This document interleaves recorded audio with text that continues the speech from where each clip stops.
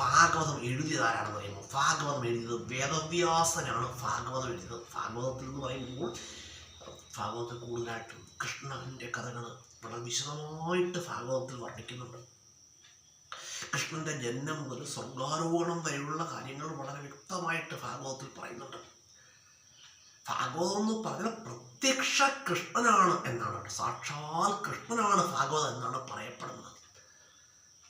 അതുപോലെ തന്നെ കൃഷ്ണൻ സ്വർഗാരോഹണത്തിന് മുമ്പ് തൻ്റെ ദിവ്യ സ്വരൂപത്തെ ഭാഗവതത്തിൽ സന്നിവേശിപ്പിച്ചു എന്നാണ് പറയപ്പെടുന്നത്.